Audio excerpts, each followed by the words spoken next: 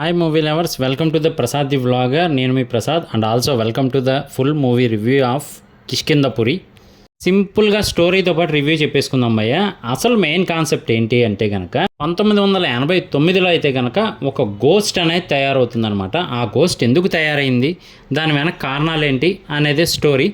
దాంతోపాటుగా మనకి స్టార్టింగ్లో ఒక 20-25 మినిట్స్ అయితే మాత్రం ల్యాగ్గా చూపిస్తారు. మనకే అనిపిస్తుంది కొంచెం ల్యాగ్ అవుతుంది ఏంటి అని చెప్పి. కానీ దాని ద్వారానే హీరోయిన్ క్యారెక్టరైజేషన్ కానీ, లేదు అంటే మనకి క్లైమాక్స్లో హీరో కానీ అనుపమ గారు కానీ సేవ్ అవ్వడానికి ఉపయోగపడే ఒక మెయిన్ థింగ్ ఏంటి అనేది ఫస్ట్లోనే తెలుస్తుంది మనకి.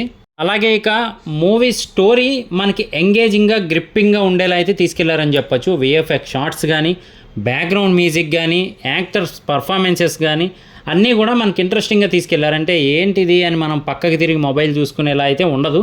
నెక్స్ట్ ఏం జరగబోతుంది అనేలా అయితే చూపించారు. మెయిన్లీ బ్యాక్గ్రౌండ్ మ్యూజిక్తో ఎంతవరకు భయపెట్టగలరో అంతవరకు అయితే ట్రై చేశారని చెప్పచ్చు. అలాగే విజువల్స్ కూడా కొత్తగా అయితే ట్రై చేశారు. అన్ని చోట్ల కాదు కానీ కొన్ని చోట్ల అయితే మాత్రం హైపర్ ఆది గారు, నెల్లూరు సుదర్శన్ గారి కామెడీ కూడా బాగా వర్కౌట్ అయిందని అయితే చెప్పచ్చు. మెయిన్లీ ఒంట్లోకి దయ్యం దూరిన తర్వాత మన అనుపమ గారు అయితే మాత్రం బెల్లంకొండ సాయి శ్రీనివాస్ గారి మెడ పట్టుకొని తోసుకుంటూ వెళ్ళి కొడతారు, అంటే చంపడానికి ట్రై చేస్తారు, కాకపోతే కొట్టడంతో అయిపోతుంది అనమాట. సో ఆ క్యారెక్టరైజేషన్లో అనుపమ గారు అయితే పీక్స్ చూపించారని చెప్పచ్చు యాక్టింగ్. ఇక ఓవరాల్గా అయితే మాత్రం ఒక మంచి ఎక్స్పీరియన్స్ ఇస్తుంది మూవీ.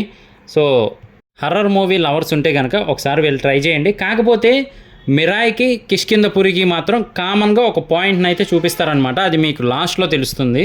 ఓవరాల్గా వర్త్ వాచింగ్ అని అయితే చెప్పొచ్చు. అలాగే బెల్లంకొండ సాయి శ్రీనివాస్ గారి యాక్టింగ్ కూడా బాగుంది.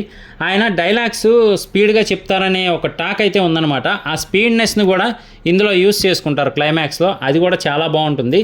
మనకి హీరో అని చూపిస్తారు కానీ హీరో దయ్యమని మనకి ఒక ప్లేస్లో అయితే రివీల్ అవుతుందన్నమాట. అక్కడ ఆయన యాక్టింగ్ చాలా బాగుందని అయితే చెప్పొచ్చు. సో ఓవరాల్గా అయితే మాత్రం ఇది నా రివ్యూ మాత్రమే. మీకు మూవీ చూసిన తర్వాత ఏమనిపించింది అనేది కింద కామెంట్ చేయడం మర్చిపోకండి. అలాగే ఇక చిన్న లీక్ ఏంటి అంటే కనుక ఎక్కడైనా మనం దయ్యం అంటే ఏదైనా బిల్డింగ్లోంచి రావటమో, లేదు అంటే కనుక వెనకాల ఫాలో అవటమో చూస్తూ ఉంటాం. కానీ రేడియోలో నుంచి దయ్యం వస్తుందన్నమాట.